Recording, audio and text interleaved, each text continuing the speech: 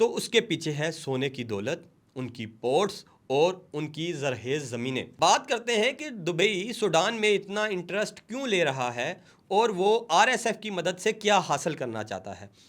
دو کمپنیاں دبئی کی اس وقت سوڈان میں کام کر رہی ہیں جو ایگریکلچر کے شعبے میں ہیں۔ ایک جنان انویسٹمنٹ ہے اور دوسرا ہے ابو حامد منصوبہ۔ ان دونوں منصوبوں کے تحت اس وقت 2 لاکھ ہیکٹر زمین جو ہے اس پہ دبئی نے قبضہ کر رکھا ہے۔ اس پہ اناج اگایا جاتا ہے، اس سے فصل حاصل کی جاتی ہے اور اس سے دبئی کی ضروریات کو پورا کیا جاتا ہے۔ صرف یہی معاملہ ختم نہیں ہوتا، اس کے ساتھ ساتھ دبئی نے سوڈان میں موجود سونے کی کانوں پر بھی قبضہ کر رکھا ہے اور وہاں سے سونا نکال کر دبئی لایا جاتا ہے۔ صرف یہی نہیں، ایک اور بھی معاملہ ہے اور وہ ہے سوڈان کی بندرگاہیں۔ سوڈان ریڈ سی کے کنارے واقع ہے اور گلف آف اڈن بھی وہاں موجود ہے، تو یہ ایک تجارتی حوالے سے بڑا اہم مقام ہے۔ تو دبئی نے اس کی پورٹس پر کنٹرول حاصل کیا ہوا ہے اور وہاں سے وہ اچھی خاصی کمائی کرتا ہے۔ اب جب دبئی کا اتنا بڑا انٹرسٹ ہے، دبئی کا کھانے پینے کا سارا مال سوڈان سے آتا ہے، سونا سوڈان سے آتا ہے، وہاں کی بندرگاہوں سے کمائی آتی ہے، وہاں کے جو آئل کے ریزروز ہیں کہا جاتا ہے کہ وہ بھی بہت زیادہ ہیں اور دبئی کی ان پر بھی نظر ہے، تو دبئی اپنے مالی فوائد کے لیے اب سوڈان میں گھسا ہے اور جو سوڈان کے ساتھ ایسے معاہدے کیے جس سے سوڈان کے لوگوں کو کم فائدہ ہوتا ہے جبکہ دبئی کو زیادہ فائدہ ہوتا ہے۔ یہی وجہ ہے کہ سوڈانی لوگوں نے جب اس پہ اعتراضات اٹھائے تو ان کو قابو کرنے کے لیے ایک زمینی فورس کی ضرورت تھی اور وہ دبئی نے بنائی آر ایس ایف کی صورت میں، اور آر ایس ایف کو اسلحہ دیا، ان کو پیسہ دیا، ان کو اتنا امپاور کیا کہ دبئی حکومت کے معاہدوں کے خلاف سوڈان میں اٹھنے والی ہر بغاوت کو کچلنے کے لیے انہوں نے آر ایس ایف کو استعمال کیا۔ اب جب سوڈان نے دبئی حکومت سے معاہدوں کی تشکیل نو کے لیے بات کی تو انہوں نے آر ایس ایف کو ایکٹیو کر دیا اور 2023 سے آر ایس ایف ایکٹیو ہے۔ پہلے انہوں نے وہاں کے دارفور سٹی کو تباہ کیا، اب الفشر کو تباہ کیا جا رہا ہے اور پورے سوڈان میں اس وقت خانہ جنگی کا ماحول ہے۔ بچوں کو، عورتوں کو سر عام قتل کیا جا رہا ہے اور یہ قتل کیا جا رہا ہے یو اے ای کے انٹرسٹ کو محفوظ کرنے کے لیے آر ایس ایف کاروائیاں کر رہی ہے تاکہ اس بغاوت کو کچلا جائے جو دبئی کے معاہدوں کے خلاف اٹھ رہی ہے اور اس حکومت کو ہٹا کر آر ایس ایف مکمل کنٹرول حاصل کر لے سوڈان کے اوپر، جس سے دبئی کے انٹرسٹ محفوظ ہو سکیں۔ دوسری طرف ایجپٹ اور ترکیہ بھی ایکٹیو ہیں اور وہ حکومت کو سپورٹ کر رہے ہیں تاکہ آر ایس ایف کو قابو کیا جائے۔ لیکن صورتحال اس طرح کی پیدا ہو رہی ہے کہ لگ یہ رہا ہے کہ سوڈان جو ہے وہ مختلف حصوں میں تقسیم ہو جائے گا اور اس میں خانہ جنگی بڑھے گی اور اس کے ٹکڑے ہو جائیں گے۔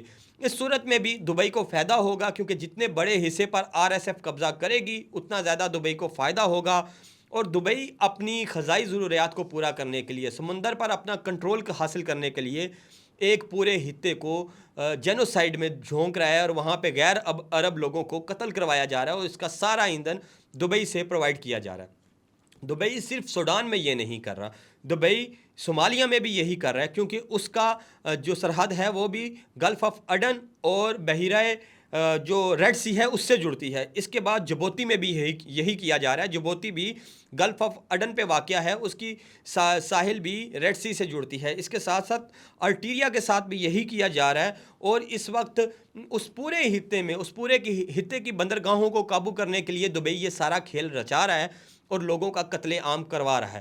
دبئی کے بارے میں آپ یہ بھی جان لیں کہ دبئی وہی ملک ہے جو پوری مسلم دنیا میں اسرائیل کے ساتھ ایسی دوستی رکھتا ہے جس کی مثال نہیں ملتی۔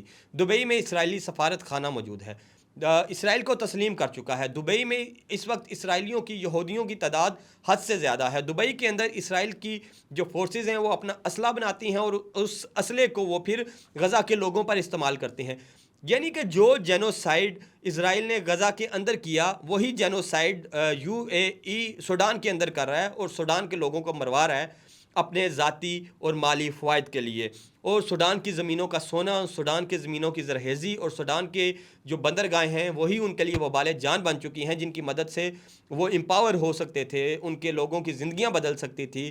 وہی چیزیں اب ان لوگوں کی زندگیوں کو تباہ کر رہی ہیں، برباد کر رہی ہیں، اور اس کی جو بنیادی وجہ ہے وہ سوڈان کے اندر ایک ایسی لیڈرشپ کا نہ ہونا ہے جو ان تمام لوگوں کو متحد کر سکے اور بیرونی قوتوں کو سوڈان سے نکال سکے۔ لیکن اب جو صورتحال نظر آ رہی ہے وہ سوڈان کی تباہی کی صورت میں نظر آ رہی ہے۔